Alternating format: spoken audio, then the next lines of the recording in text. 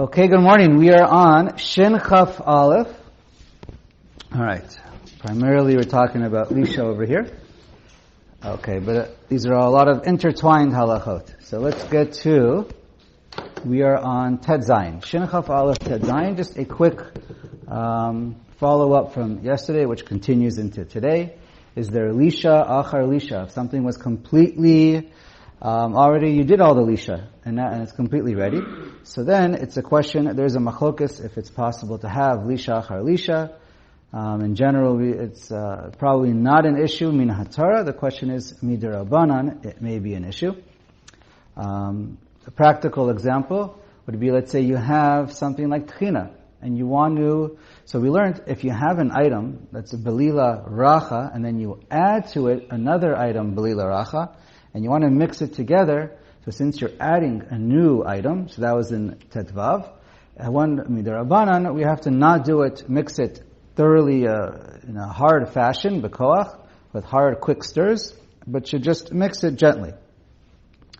But if you're not adding any item, so then this is definitely, it seems to be a machloket, of very latter achronim, it's generally not discussed. And I'll just point out, I know I saw in Orach Shabbos, he says it's mutter. Let's say you have tahina, and it started to separate a little bit, you're allowed to remix it.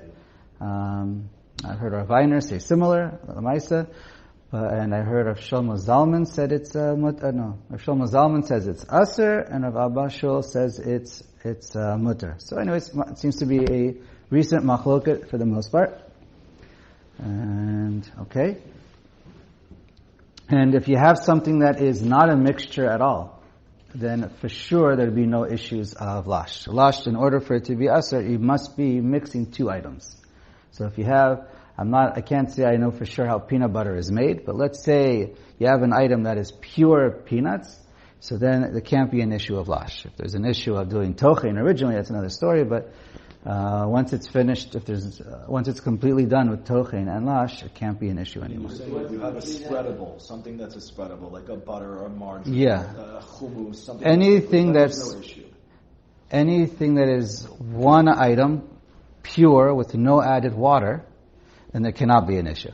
Okay. If you added water, so then we get into the question if you can remix it b'koach or not. So what's the difference between tahina and peanut butter? So tahina is mixed with water.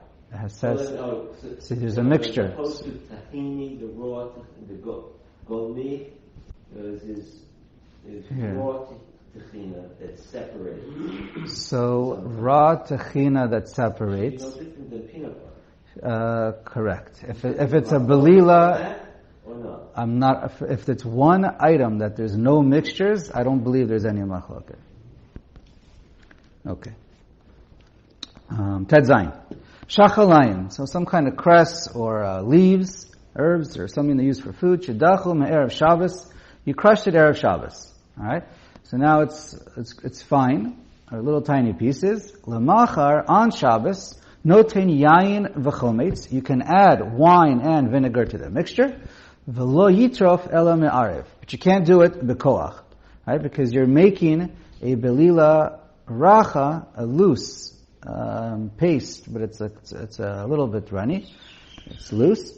And so yitasur derabanan, so therefore it has to be b'koach. Not b'koach. V'chein shum, same too with garlic. Shedacho me'erev Shabbos. The tochein was done erev Shabbos, so that's not a problem anymore. Now lamachar on Shabbos itself, notein pol or greasing, and you want to mix it with beans. V'lo yitrof ela me'arev. So don't be tarif, which means b'koach, or just mix it gently.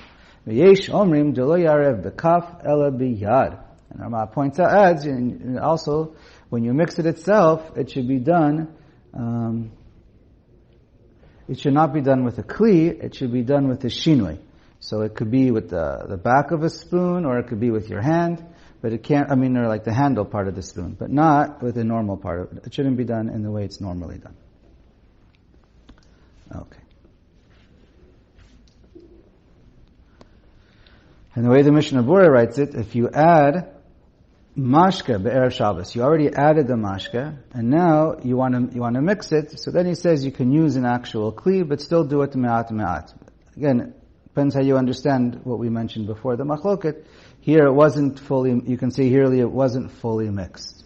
Anyway, so it's unclear modern machlokas, it seems to be. Discussed modernly. In recent times. Now, when we said you're allowed to mix chardal on Shabbos, it's dafka shenatano miba'od yom. That's only if you put it in Erev Shabbos. Because when you pour it in already, the pouring itself is the beginning of lash, and that's asa. Right? I mentioned there's a machloket in Tanayim already, about where's the ikr part of lash, or where does lash start on a daraisa level, when you pour it in, or when you're just doing the mixing. Aval b'Shabbat asur latet mashka b'chardal or b'shum hakatushim mishum lash. But to put it in on Shabbos in the normal fashion, just to pour in the water, that would already be an isser, either deraisa or derabanan, because it's part of the lash process. Now, when you read the Haggah, he says, "V'im noteina ochel tchila v'achar kacha chometz o yain u'mar be'etzmo shari d'havi shinoi kamo b'shatita." He said, okay, and to do it in the normal fashion, that's what's asur mishum lash. But if you do pour it in the wrong order, so then that's the shinoi that we already learned already, and then that's okay. And so too, that is the minhag to do it with a shinoi. So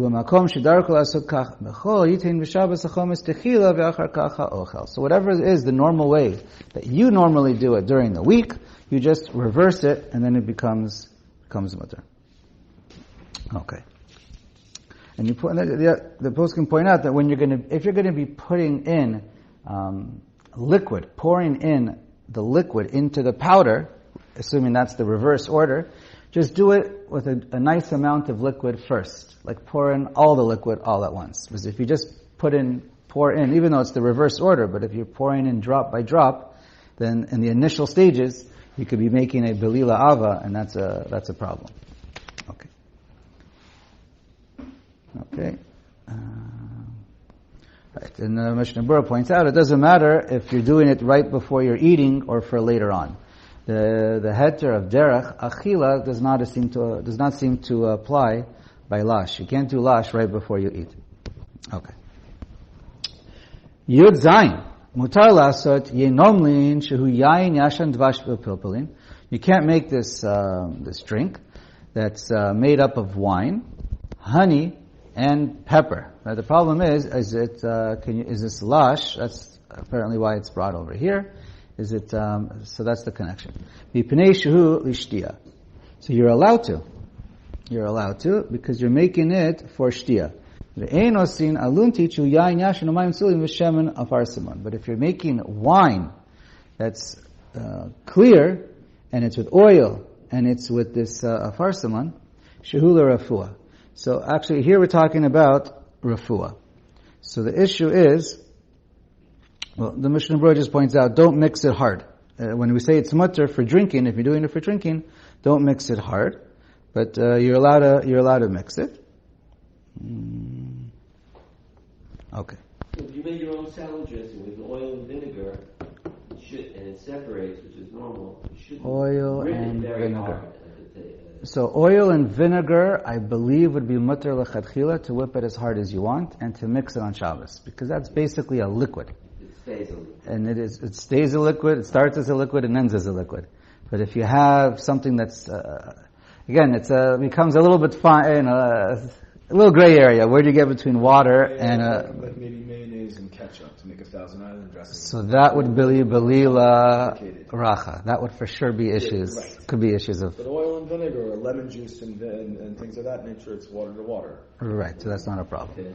So, anyways, the main point of Yud Zayin is if you're making something for a liquid, you're allowed to make it, and if you're making, so it depends.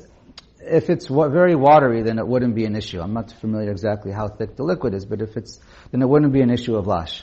But it's brought up. But here we're talking about it's a problem when if it's made only for a fuah, you're not allowed to make it, even though it's a liquid, because you're not allowed. Just like we can't eat refuah or take refuah on Shabbos, you cannot make it as well. It's part of the gzeira of schikas samamanim. Okay. Alright, let's go on. Yurchet. Ein shorin et achiltit lo bepashrin velo betzonenin shederach lishoto l'rafua aval notno letoch hachometz umetabel bo pito. So if the way to eat it is you soak it in, and that's the way to soak it. That's the way to. It's done this way in order to for refuah. So that's not allowed to. In other words, you're preparing an item that's made for refuah. But if you just want to dip your bread in a liquid, and that's the normal way of eating, there's certainly no problem. Hayash sharui me'etmol. But if you already prepared it on Erev Shabbos, right? Okay. It was already soaked Erev Shabbos. So then, mutar lishroto b'Shabbos. So then you're allowed to just continue the process a little bit more and finish it on Shabbos because it's already soaked Erev Shabbos. She didn't add anything. V'im sharta mimenu yom chamishi v'yom shishi v'tzarech lishtot gam b'Shabbos mutar.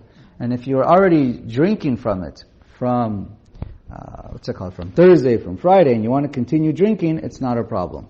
Even if it's for a fuah. Saying, we're more strict when it comes to making. But when it comes to, if it's something that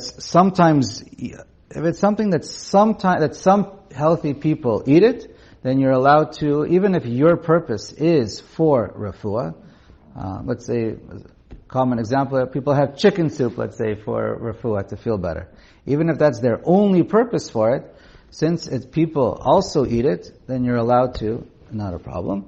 V'im sharta menu yom chamishi v'yom shishi v'tzarich lishtot gam b'Shabbos mutar shekachu derech refuaso lishtoso shiva, or really the nusach maybe should be shlosha yamim zeh achar zeh. So if you have an item that's normally only for refuah, but it's normally done for 3 days consecutively, that's the refuah. The doctor tells you, take it for 3 days. It's very common for antibiotics or any medicine nowadays. They say you have to take it for a number of days.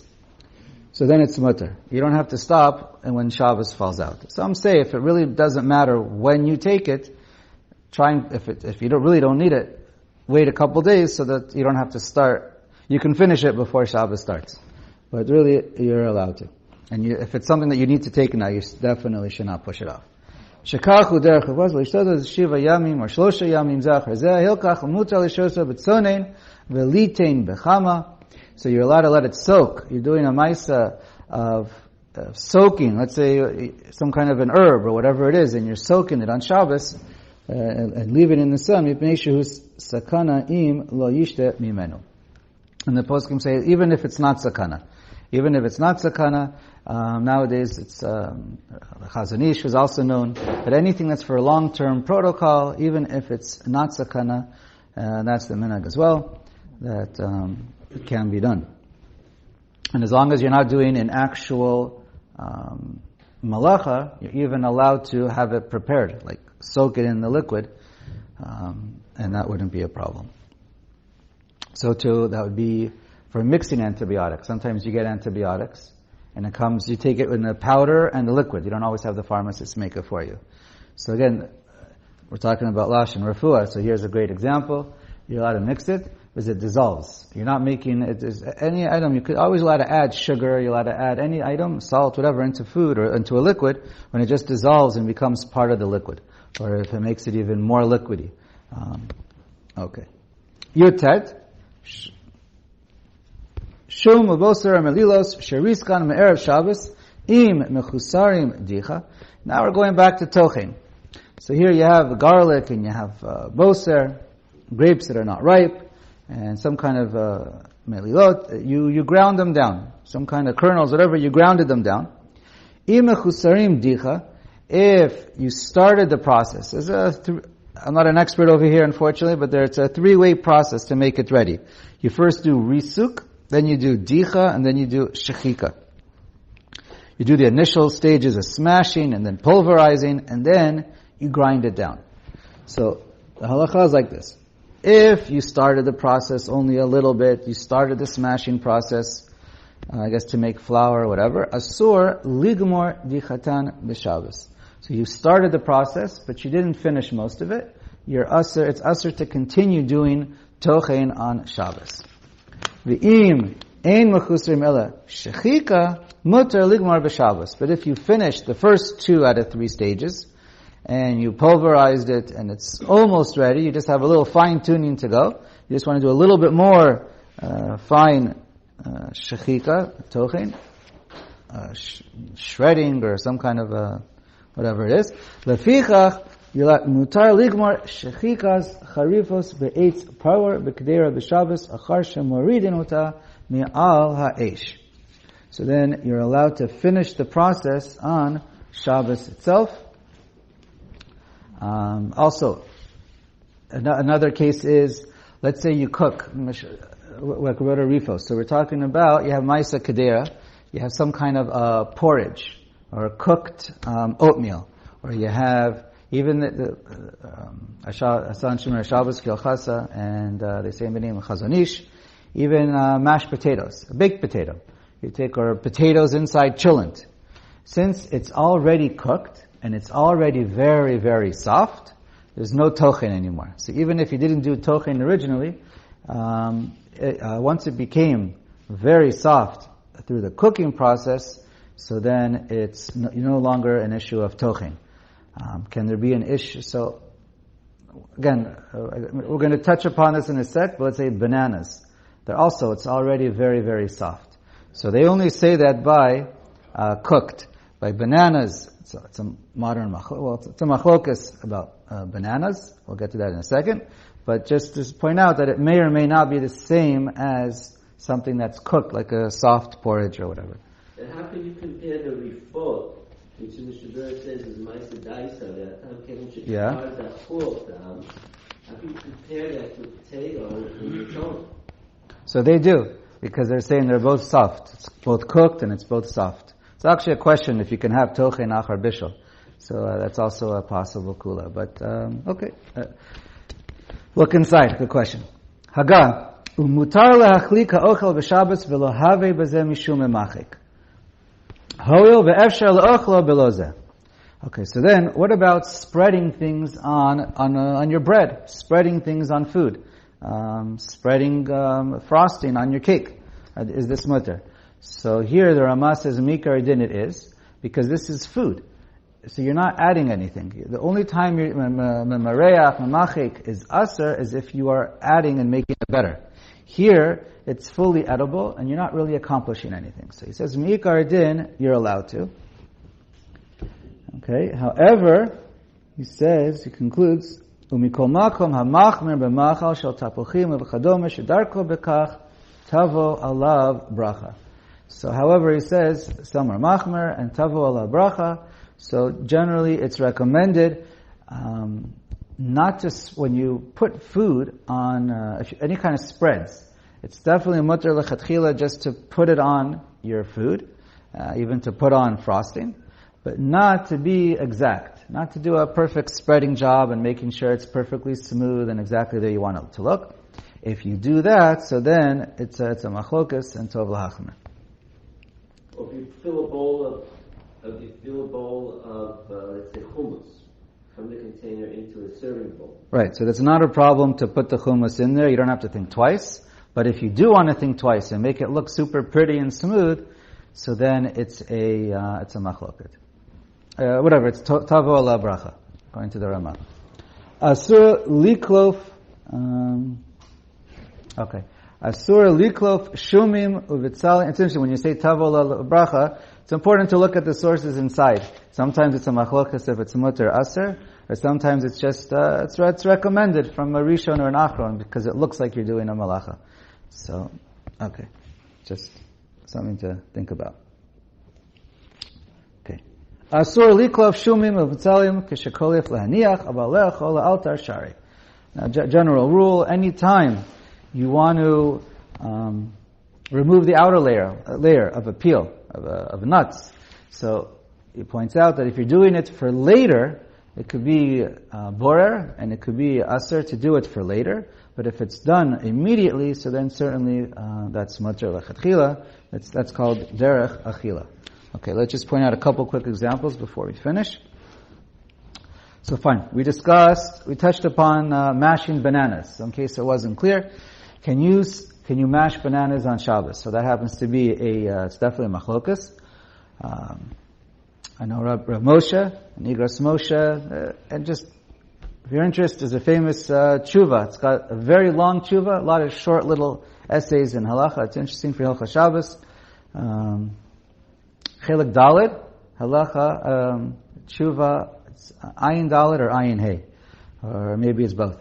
Anyway, so in there he says you're allowed to mash bananas without a shinui. And same with Rav Adi Yosef. The reasoning is because number one, they both hold, you're allowed to do tochen, even if first of all, they say it's not tochen, because you're not dividing anything into little pieces. It's specifically tochen is when you're grinding things up into making them little pieces. But when it comes, so here you're just smoothing down or mashing down the same item. It just makes it, just altering the form a little bit, but you're really doing nothing. And certainly no nolad, you're not making it into a liquid. And they also point out you can do tochen as part of derech achila. That's from the Rashba. You're allowed to do tochen if it's while you're eating or right before you're eating. But then, Shemar Shabbos Kilchasa and the Chazon Ish, so they're machmer l'chatchila that you shouldn't do it because Chazon Ish doesn't use these words, but it's almost like super tochen when you're mashing it. So like I think he says something along the words in the tochen yoter mizeh. Again, I did not see the Chazon Ish inside, just quoted. In fact, it's interesting to point out, one can look, Rav Moshe quotes the Chazon Ish, and he says the Chazon Ish in two different places. One time he says it's mutter lechatchila, but you're doing nothing. But the one that everyone else always quotes is the Chazon Ish who says it's aser. He leaves it as pretty much as the tzarachian on the Chazon Ish. But anyway, Shemar Shabbos Kilchasi, he says lechatchila one should not do it. Or if when you do need to mash it, just do it with a shinui. Just do it with the handle of a spoon or the handle of a fork. Okay, some say by a spoon. It's not. I think it's normal to use a spoon. I use a spoon, but I've seen it written down that people don't use a spoon. They only use a fork for kids. I don't know if that's true. So he says, therefore, you're allowed to use even if you want to be machmer, you could use the spoon itself. But anyways, whatever is a shinoi, that's what's okay according to the machmerim. Let's see. Right. So we spoke about cooked soft potatoes. So there. Shemar Shabbos also says it's mutter. It says it's right based on similar to the So and the Chazon Ish that it's mutter because it's already cooked and it's already as if it's been ground down. The cooking process already made it as if it was already a nitchan, and you're allowed to do tochen achar tochen. Okay. Let's see. Anything else you want to talk about? Grating carrots. If it wasn't clear, so grating carrots would be tochen, especially using a grater. That's a kli miyuchad. So that would be an Isser, I believe, an Isser deraisa. Because you're making, it doesn't have to be necessarily in balls. It could be thin little pieces of shredded. The same thing when it comes to cheese. So that would be a problem. Carrots grow from the ground. It could be an Isser deraisa, would be. Gvina would only be an Isser derabanan because it doesn't grow from the ground. Grinding coffee beans. So that would be, if you have a special grinder, like peppers would be an Isser deraisa. Okay, but we learned there is a way to, there is a way to make it if you do it the shinui. Both on a plate and the item that you use, like a pesto would be with the shinui. Let's see. Whipping mayo. Can you whip mayo? So we basically discussed that. The same thing by doing tahina. Can you whip it? So some would be machmer to do it full force, to not do it full force, and some are makel to do it full force, no problem. Because you're not adding anything new, it was already completely done before. Let's see. Having something spray out of a can, even though it makes whatever, katsefet, some kind of a foam, that wouldn't be any kind of a problem. Whipped cream, whatever you're doing, that would not be an issue. You're not doing anything. You're not, just the air makes it puff up when it sprays out. I think we mentioned you can just sprinkle some stuff on your yogurt, wouldn't be an issue. Sugar dissolves, granola just sits on top, and you just eat it. But to start mixing it in, so that could be a question. Okay, I think that pretty much sums it up. Yeah, I think. I'll just, real interesting for those who want to hear something half be'iyun, there is a Tosefta, it's a Mishnah. In Shabbos it says, Ein meraskin. You're not allowed to meraskin some items. You can't mash it. So modern day Hebrew, that would mean you can't mash it. Right, we spoke, so in other words, is mashing called tochein? So that's a machloket we mentioned. So I just want to point out that some want to say from here you see, you can't do meraskin since it's beferish. So I just want to point out that sometimes modern Hebrew is not the same as Mishnaic Hebrew, Tanaic Hebrew. For example, we know nin, modern day Hebrew. What's a nin in modern day Hebrew? It's a great grandson, right? And nin in modern in the Tanakh is a son. So it's very different. Anyways, Rashi translates meraskin as mechatchin, as cutting with a knife and chopping up. So you wouldn't have a raya based on how Rashi reads it. You can argue how the Rambam reads it. Some say the Rambam's doing the same thing. He uses them interchangeably. So just all right. And then when the Gemara says by ein meraskin, not only does it say Rashi says it means mechatchin, the Gemara says on meraskin it says the Gemara is beferish. It says it specifically. Why is it aser? It doesn't say that it's tochein. It says it's because it's tircha yasera. So no matter how you translate it, according to the Gemara, it shouldn't be an issue. And then they ask on the Rambam, who writes, when he talks about it, he says because it's dome letochein. And then they ask, how does the Rambam say that? The Gemara says beferish. Anyway, stop. Rabbi Miller, I have a bone to pick with you. Why don't you say Yoel? You're confusing it. You're quoting Rav Shlomo Zalman and Chazon Ish in Rav Moshe's name, and Rav Moshe's name is Rav Shlomo Zalman's name.